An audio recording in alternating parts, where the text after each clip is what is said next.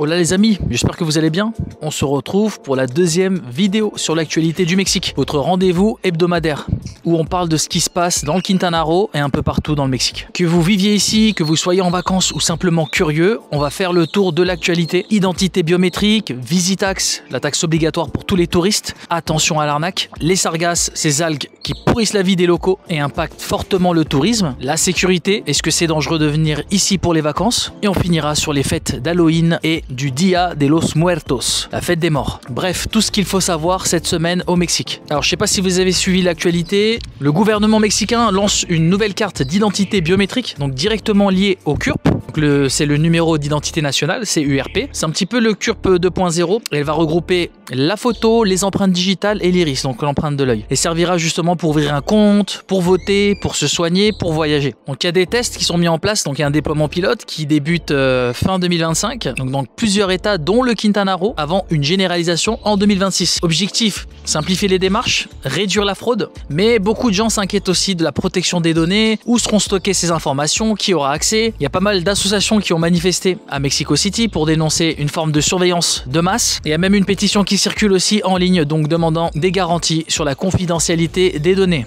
Ok, ça va permettre plus de modernité pour faciliter les démarches, mais du coup aussi beaucoup plus de flicage. Donc affaire à suivre. Qu'est-ce que vous en pensez, vous? Dites-le moi dans les commentaires. Alors numéro 2, la visitax. Alors là, c'est la fameuse taxe dont personne ne parle, mais que tout le monde doit payer. C'est cette taxe qui est obligatoire pour tous les touristes. Depuis avril 2021, tous les touristes étrangers de plus de 15 ans qui rentrent dans l'état du Quintana Roo, Cancún, Playa del Carmen, Cozumel, Tulum, Bacalar, doivent payer une taxe appelée visitax. Donc ça représente 224 pesos, à peu près 10 $. En théorie, elle sert à financer la promotion touristique et l'entretien des plages. Tu peux la payer directement en ligne avant de quitter l'État, donc sur le site officiel. Je vous laisserai le lien dans la description. Une fois le paiement fait, tu reçois un QR code à garder que tu vas montrer à l'aéroport. Maintenant, en pratique, c'est très rare qu'on vous la demande. À ma connaissance, je connais personne qui a été contrôlé sur cette taxe. Je pense peut-être que les agences de voyage ou hôtels doivent l'inclure directement dans les paiements. Donc n'hésitez pas à demander quand vous réservez votre séjour, vérifier si cette taxe est incluse ou non. Maintenant, beaucoup de faux sites sont apparus, certains facturent 400 à 500 pesos ou volent carrément les données bancaires.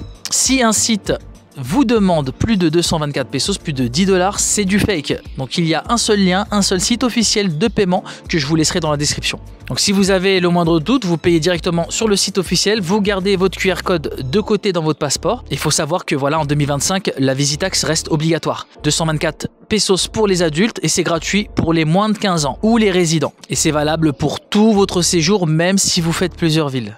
Alors ensuite, partie numéro 3, les sargasses. Enfin, une bonne nouvelle. Après des mois de galère, les plages du Quintana Roo commencent enfin à respirer. Donc les autorités annoncent une baisse de 95% dès fin octobre. En 2025, environ 84 000 tonnes ont été collectées, soit 65% de moins qu'en 2024. La mer commence à retrouver petit à petit sa couleur turquoise d'origine, et ça c'est agréable, c'est sûr que ça fait du bien. Et pourquoi cette amélioration par rapport à l'année dernière? Donc c'est dû aux courants marins qui ont changé, poussant les algues plus au large. Il y a aussi la marine mexicaine qui a installé plus de 7 km de barrières flottantes pour stopper les sargasses avant qu'elles n'atteignent le rivage. Et il y a aussi un centre de surveillance des sargasses à Cancún qui suit désormais en temps réel les arrivées grâce aux satellites. Il y a aussi les hôtels qui ont énormément investi, qui ont joué le jeu avec des nettoyages quotidiens ou des barrières privées. L'eau est redevenue quand même plus claire, les touristes reviennent petit à petit et la Riviera Maya retrouve enfin son ambiance paradisiaque. Les plages sont belles, l'air est pur et honnêtement c'est la meilleure période qui arrive, alors profitez-en pour venir. Alors sur tout ce qui est partie sécurité, vous allez voir de plus en plus de présence militaire qui a été accrue et pas de panique.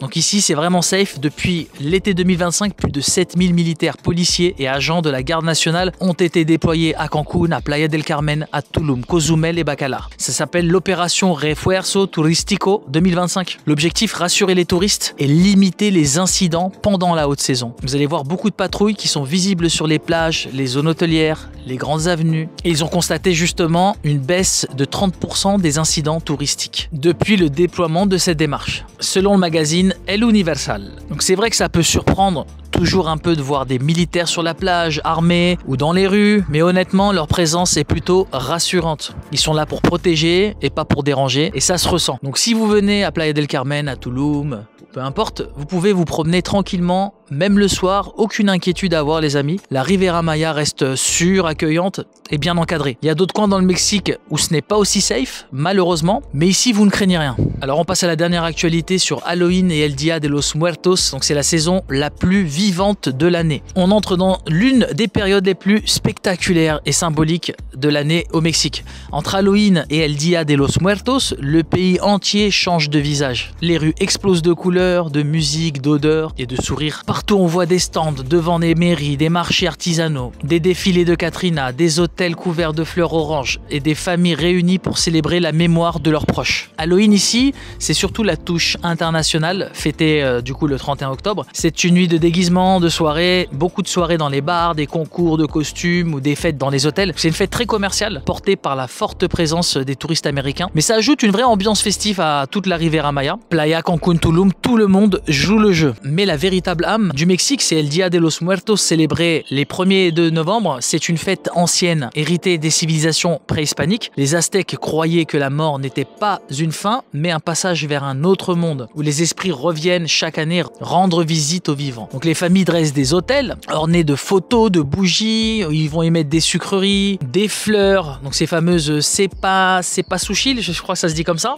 Donc ces pétales orange en fait guident symboliquement les âmes vers leur maison. Et ce qu'on vit ici, c'est vraiment unique au monde. Les rues sont pleines de lumière, de parfums, de chants, pas mal de défilés. C'est un moment vraiment où les vivants et les morts se retrouvent dans une ambiance à la fois joyeuse, spirituelle et profondément humaine.